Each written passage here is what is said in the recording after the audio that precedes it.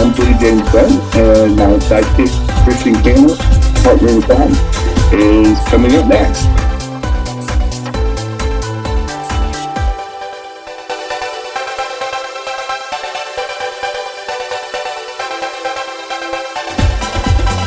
Hey everyone, I'm Jim's sidekick. Welcome to Two Queers in a Truck. Hi y'all. See you soon.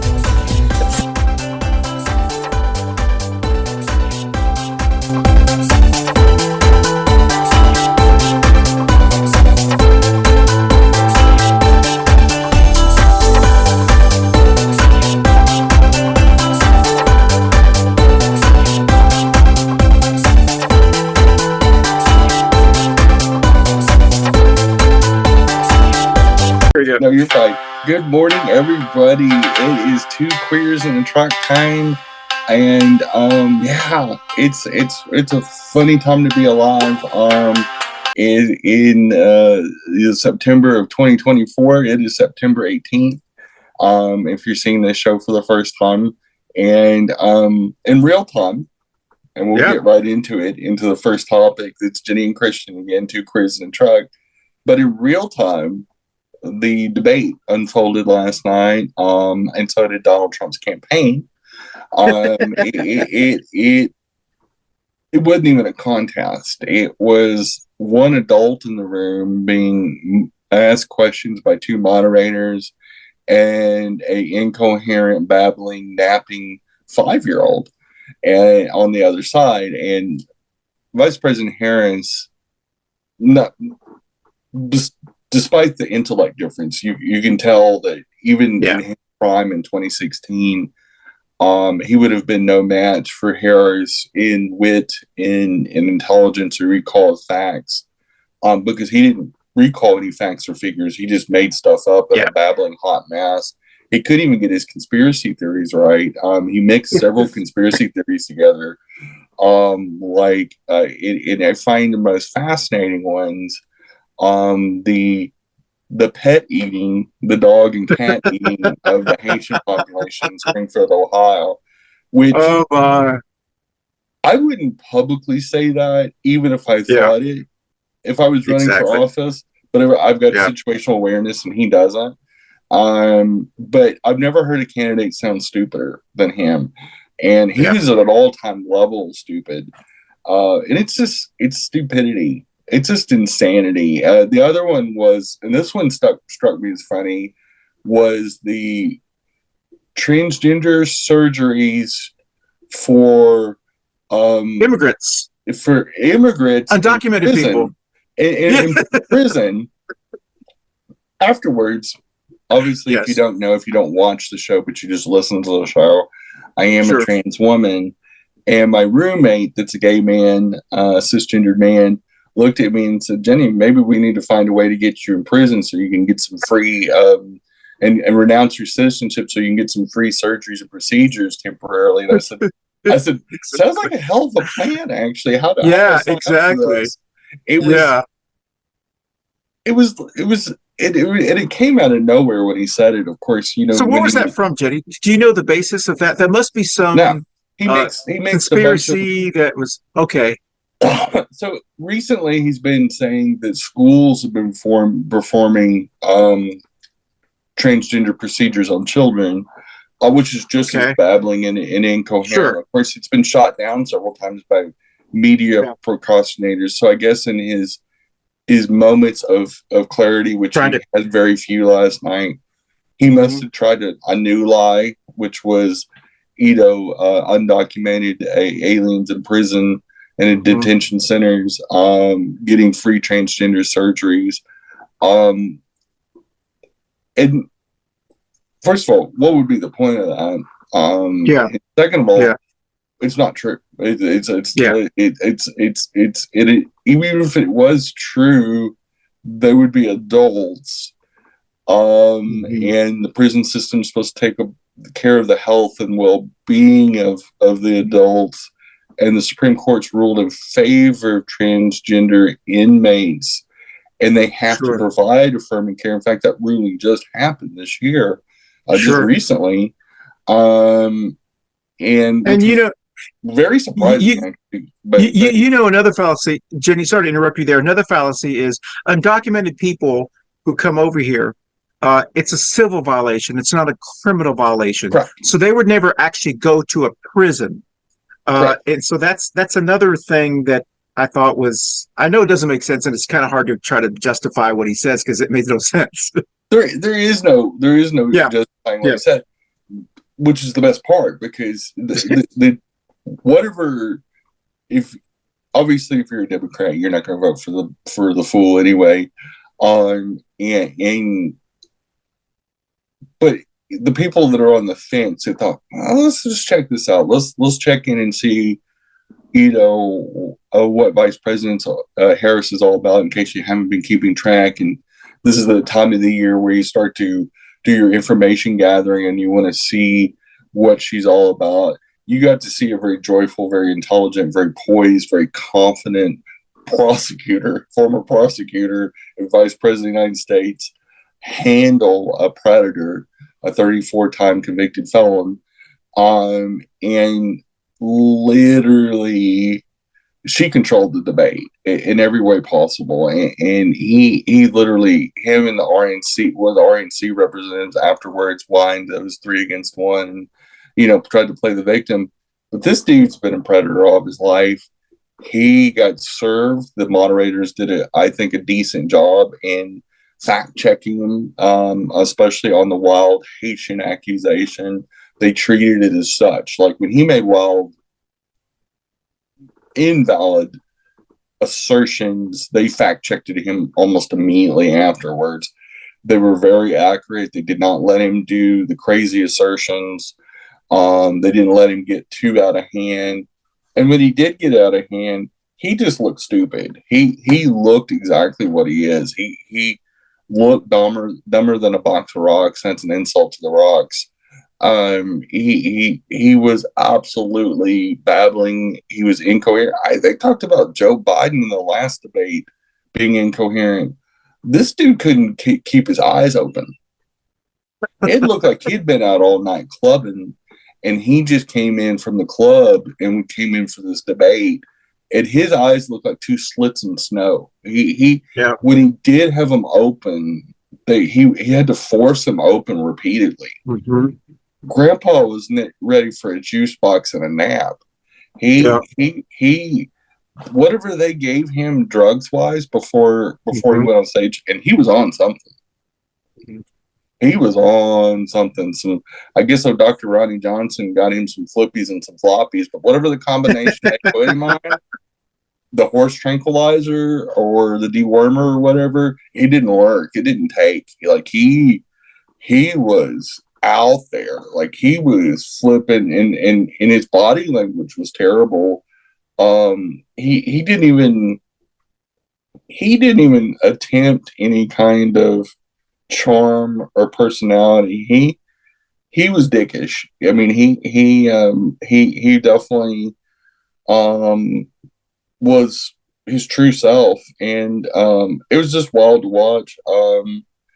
And he got manhandled literally by Vice President Harris in a way that mentally she not only proved her point, but she baited him into being an absolute fool. And like he didn't. He is an absolute fool, but she allowed him to she stepped back at times and just let him. He took the bait. He just literally, like a mouse running for cheese, and she's this cat that just kind of plucks him and drops him, and just it was a sight to see. And every commentator afterwards on CBS, the whole panel, said the exact same thing, that it was a no contest. One person was a babbling.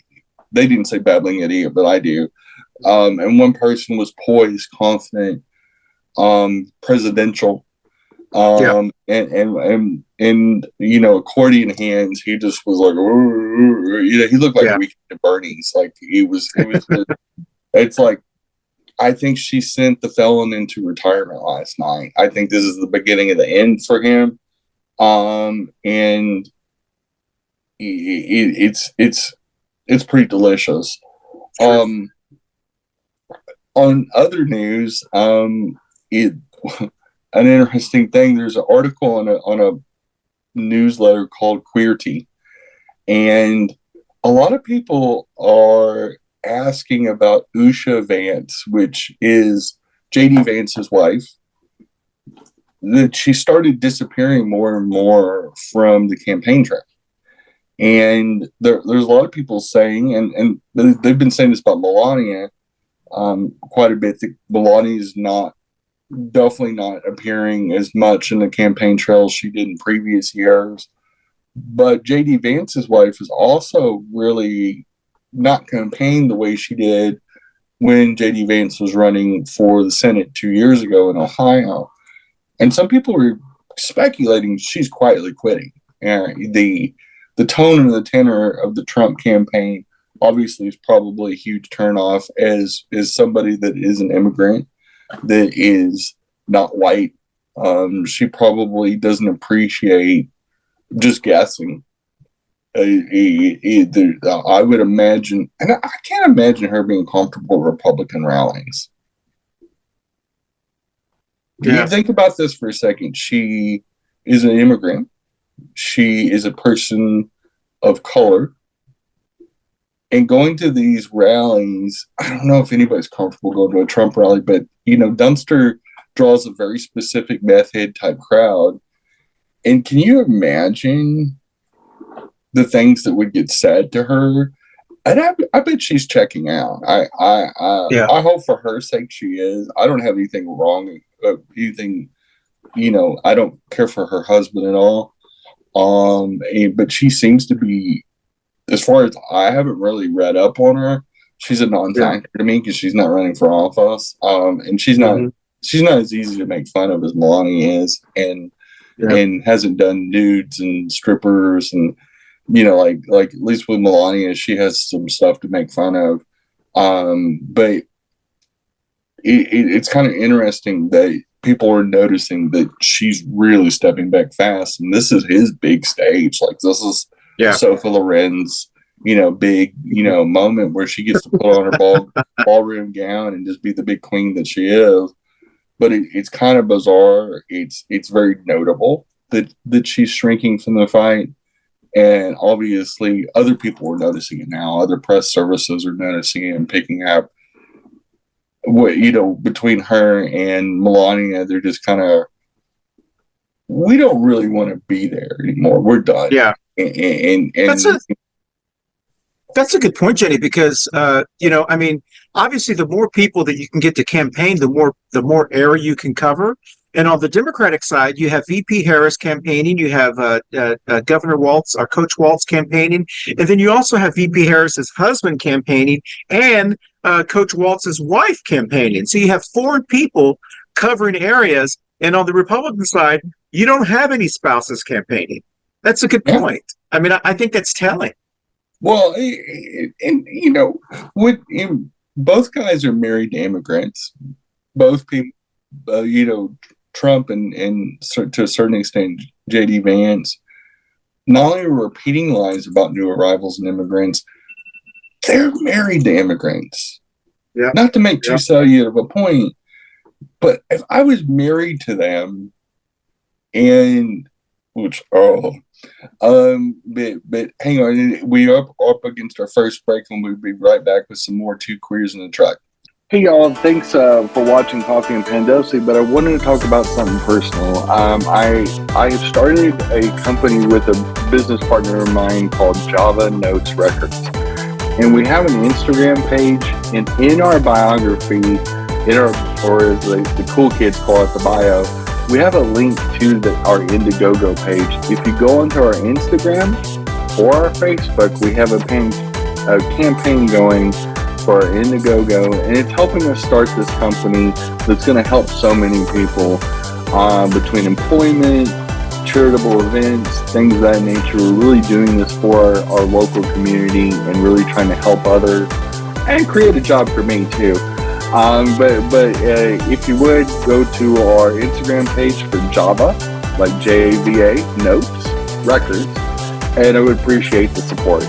Thanks for listening. All Bye, right, y'all. so Instagram and Facebook, Java Notes. Records. Right, got it. Java Notes Records. All right, thank y'all. Hey, everybody, you can catch us on your favorite audio podcast platform, Spotify, and all Apple Store, the Google machine, and whoever else does podcasts. We're on there. We broke in, and we're staying there. So enjoy the Two Queers of the Tribe on your favorite audio podcast platform. Thanks for listening or watching. Bye-bye. But in case I hit my head real hard and I married J.D. Vance, just for shits and giggles, somehow his current wife didn't come in the picture, and indoor we had a Brokeback Mountain moment. Quit shivering and get in here.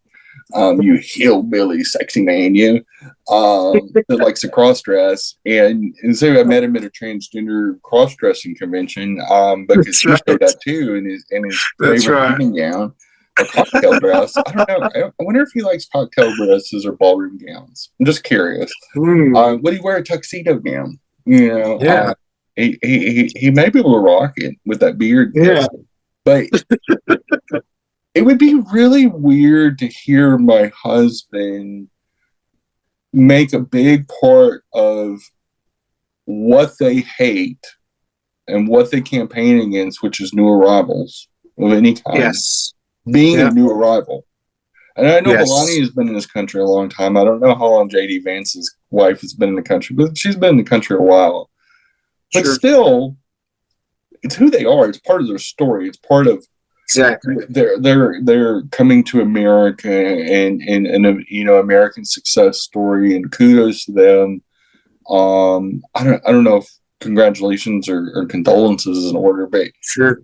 They came to this country. They married into families that are very public families, and the last thing I'd want to be seen with or be seen as is that immigrant when he spent most of Trump dumpster spent most of last night assailing new arrivals. Yeah. Which almost all of us, by the way, built this country. Because almost none of us came from here. Like, the human beings didn't even come from here at one point. Even indigenous people came from somewhere else. But just to disparage new arrivals and both be married to new arrivals, kind of weird. Can I jump in real quickly, Jen? Yeah, go for it. You hit the nail right on the head. And anyone who's watching or listening who comes from a marginalized community, whether you come from the LGBT community, whether you come from a Black or brown community or Asian American community or whatever community you come from, I don't care how many generations you are here, there's always a part of your gut that hurts when someone is talking about people that come from the community that you came from. And so I agree with you. I mean, you can be here or you can be as successful as you want to be, but when someone starts commenting on Hispanics or Blacks or gays or women or whatever, even though they may not be talking about you, there's a part of your gut that remembers what it feels like to go through that generational trauma. I don't know if that's the term that it's used. And so I agree with you. I can't imagine what these two spouses are going through when their spouse, his whole identity is trashing people like them. Yeah. That's amazing. And to go through the documentation process of our very archaic, very outdated, unmodernized documentation process, which, again, the Biden-Harris administration tried to pass something this year, and Republicans locked it out. The Speaker of the House locked it out, wouldn't allow it to even come to the floor. Again, to address the problem of immigration and documentation and procedures and hiring more Border Patrol agents and paying for overtime and doing all the accoutrement it does to actually do what Republicans say they want to do. It would have increased the Border Patrol staffing by over 1,500 officers. And if we truly want to stop the flow of immigration, which is not going to happen, but Sure. we're trying to fight against something that we need to make it make sense, just like the 400 million guns that are in our country, making it make sense. We obviously are not going to be able to get rid of 400 million guns overnight, nor would any politician be able to suggest we're going to seize 400 million guns, nor do I think that's a solution. I think that's an extremist solution. I think you have to regulate guns. I posted a meme that said, let's regulate guns just like cars. That you got to register them. You've got to take a defensive driving class. You've got to have liability insurance. There's a lot of things, because just like a car, a gun, a firearm is a piece of machinery. These are common sense steps that Democrats, including Vice President Harris, make very salient, very, very strong cases for. And Dumpster babbles on about, people eating dogs in Springfield, Missouri, or Springfield, Ohio. I'm sorry. And it just, what racist he is. That is insanely racist and xenophobic to talk about the Haitian people that have been through so much. So the new arrivals from Haiti, which is not coming across the southern border, by the way, in case people are geographically challenged, Haiti is in the Caribbean. So they would be coming through Florida, which is currently controlled by the Republicans. They definitely did not come over the southern border. And just for people's own edification and knowledge, that is your geography lesson for the day. But in other news, I did want to get to some other news. Tim Walz, in an HRC speech, blasts the GOP in a fiery speech that says, it's a fact of life. Some people are gay. And here's a straight man, football coach, a family man, married to a woman, raised kids, white, has no queerness in him whatsoever, that knows how to be a good ally. That says people are people, and it's just a fact of life in his own Minnesotan way, Minnesota. And he just says, people are gay. Get over it. Kind of like this, when kids get shot up at schools, Trump likes to say, get over it. It's a fact of life. Well, there's a fact of life. Some people are trans. Some people are gay. Some people are black and brown. And you just have to get over it. The big, scary black and brown person that they're trying to just scare the people out of. And, people are not going to let Fifi the poodle go out in Springfield, Ohio, because of Trump, Dumpster. But Tim Walz, I love the way he just matter of fact, in a very firm and affirmative, fiery way, he just says, hey folks, y'all need to get over it. With some people are gay. And it's something so simple, but it's so truthful, and it's so refreshing to hear a Democrat running for office that says that. And we all know Harris's, affirmation of the LGBT community. We know that she stood with us as, a city attorney and an AG of California, as a senator. Her record's spotless on the LGBT community. But it's nice to see how he's also, not only does he have a history of it, so it's not just he just picked it up for the campaign trail, but he's has a 20+ year history of being a good, strong ally. And I think he's just a people person. Yeah. I think he just loves humanity. If you look at his kids, and his kids are adorable. He's like the Texans we grew up with. Yeah. That are no longer there. He's like, I think he's going to become America's dad.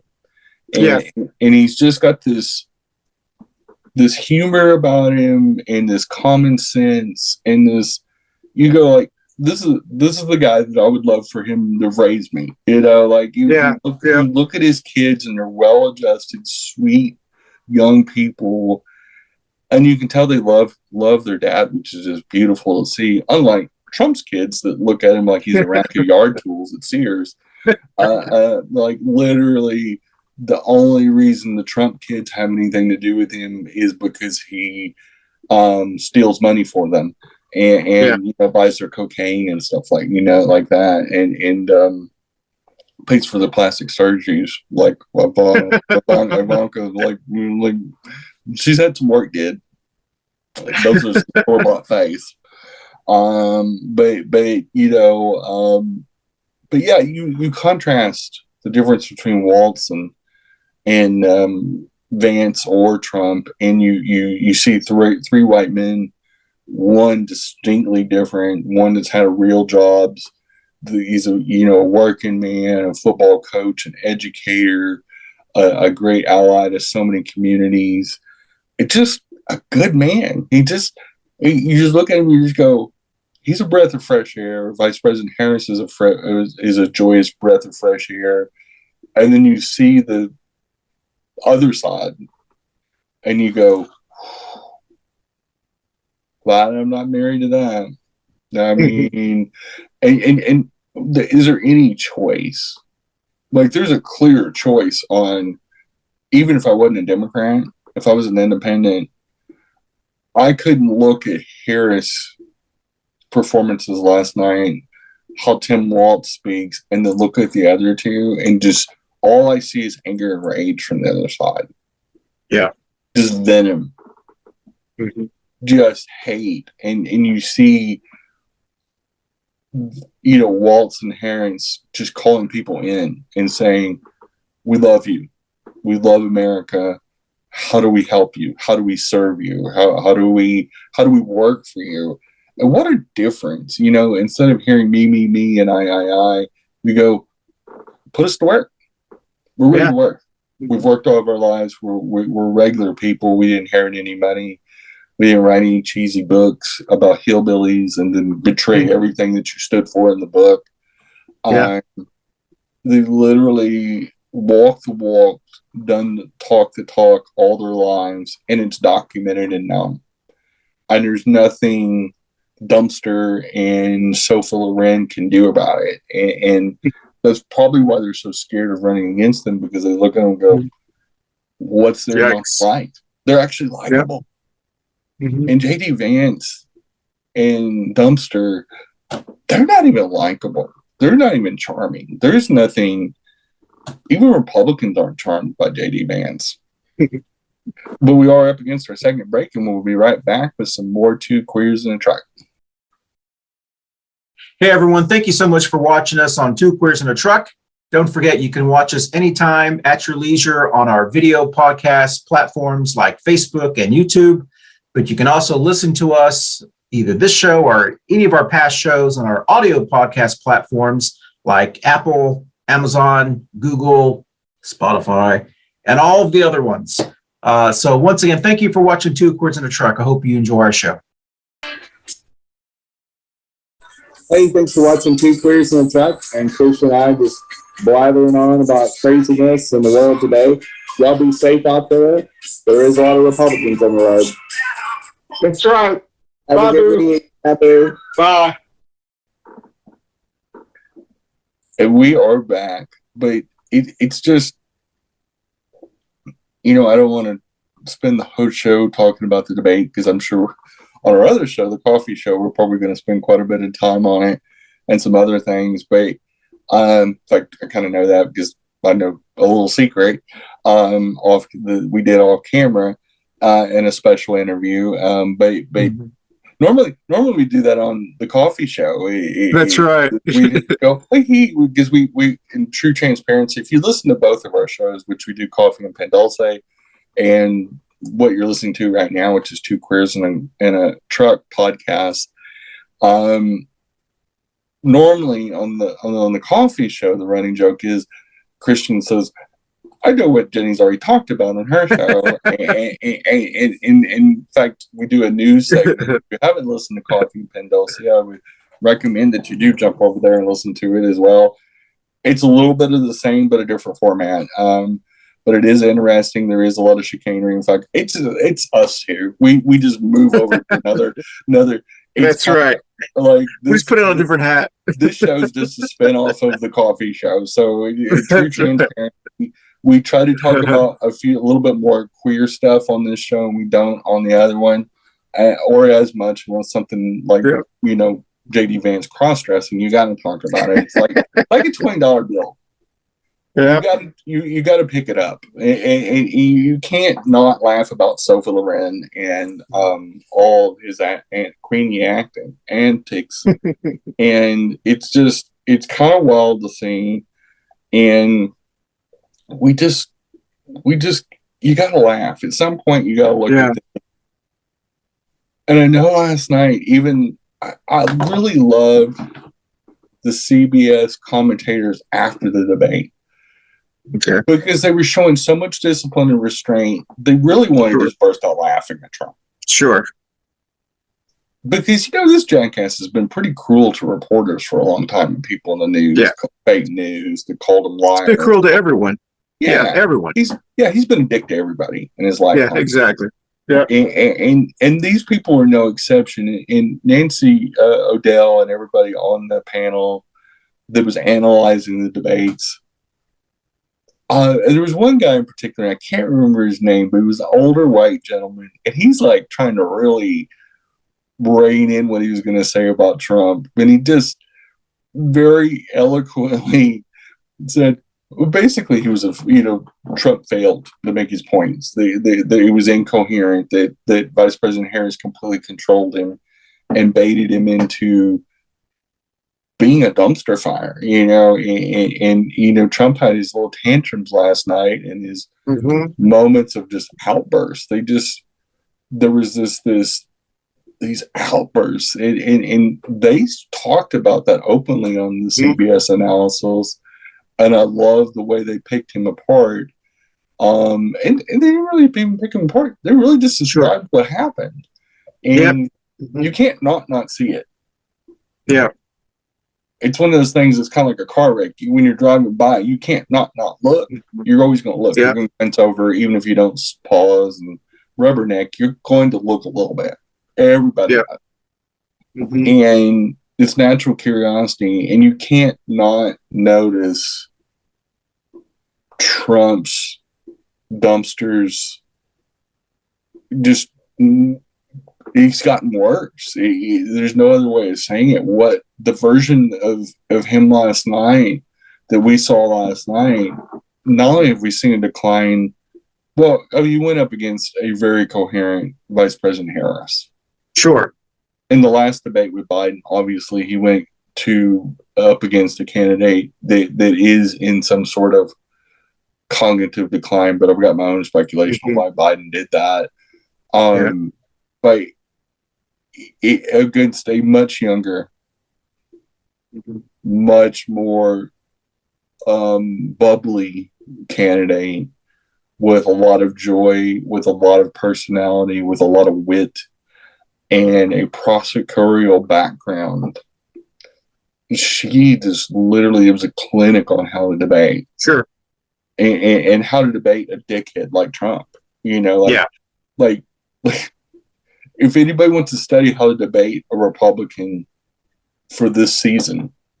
Sure. During the Trump era. Yeah, exactly. Because MAGAs can't help but not say the kookiness and the conspiracy theories and the wild... That's what makes them who they are. Yeah. Yeah. It's who they are. Exactly. They've fully outed themselves, and they're proud of it. So why not just let them serve themselves up? Yeah. Whether you're debating Mark Robinson or dickhead Dan Bishop or any of them. Quick question, Jenny. What do you think the difference was between how she debated, Vice President Harris debated Trump, and how Hillary Clinton debated Trump? What do you think the difference is between how they came across? You know what I mean? I mean, do you notice? Was there? I mean, obviously there was 8 years of cognitive decline for Okay. Dumpster. He was 8 years younger in 2016. So he had a little bit more together. Like he was napping in between speaking things. I think also, too, Trump didn't have to worry about a history as a president in 2016. So he could say whatever he said he was going to do as president. Sure. He could promise the moon. Yeah.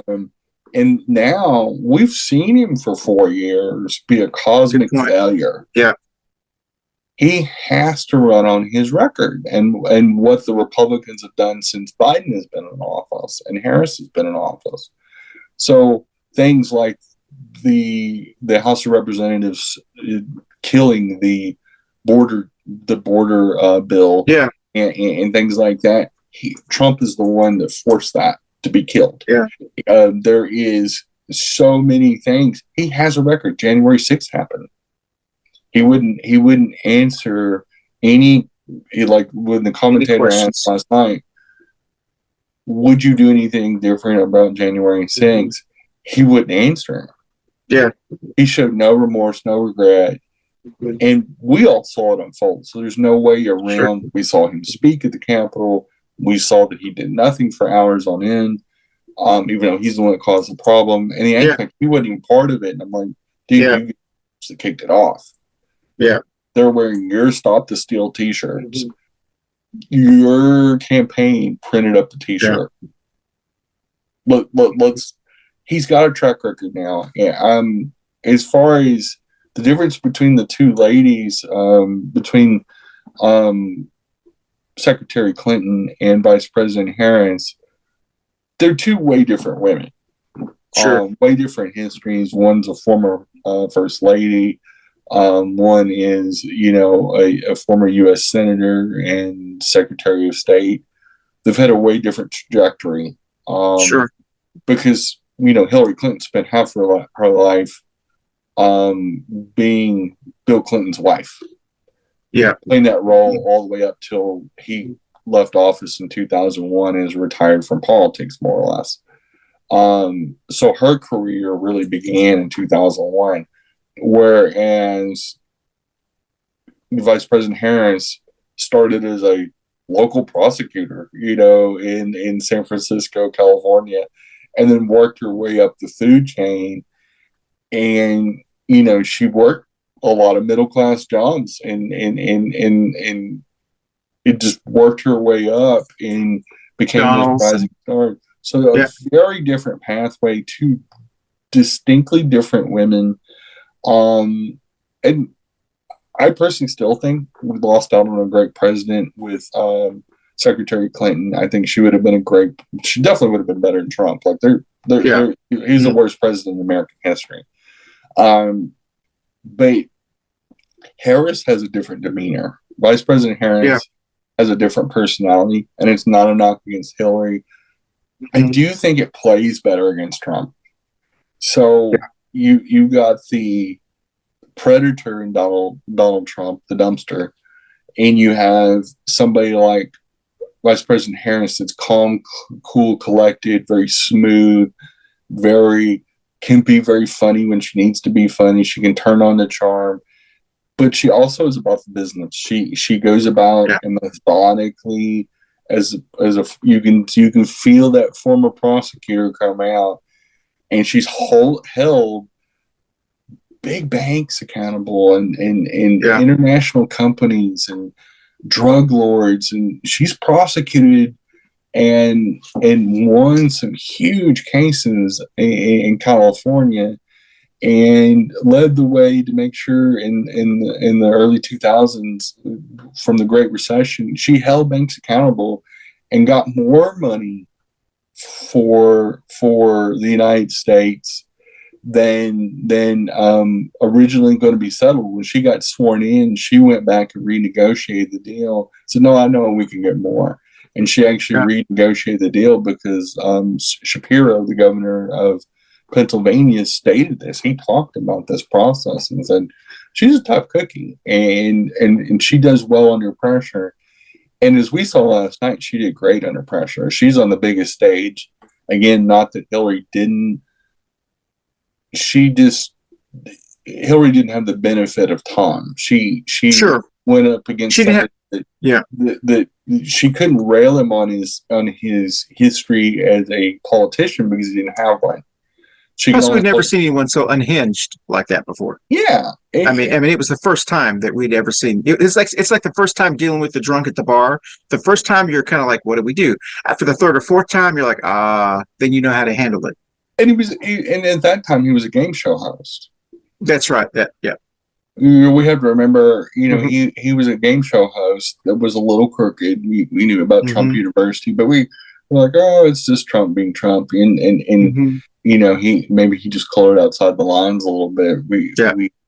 We didn't know as much about him. We know him more as the boss on The Apprentice, and we knew him as a TV personality more than anything. That's about really what he is as a celebrity rather than a businessman, and not an abject failure, and a criminal and a felon. And now we know him. Last night we got to see the broken, beaten.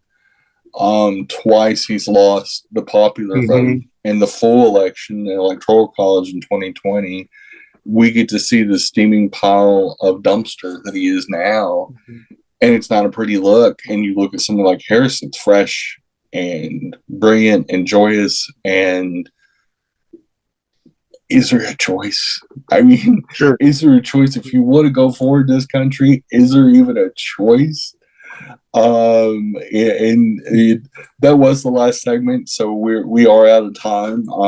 And I hope everybody has a great week and enjoying their September. As I in real time, if you're seeing this, I would have celebrated my birthday yesterday, which was September 17th. So again, I'm in my birthday week, and I will see y'all all next week. Bye, baby.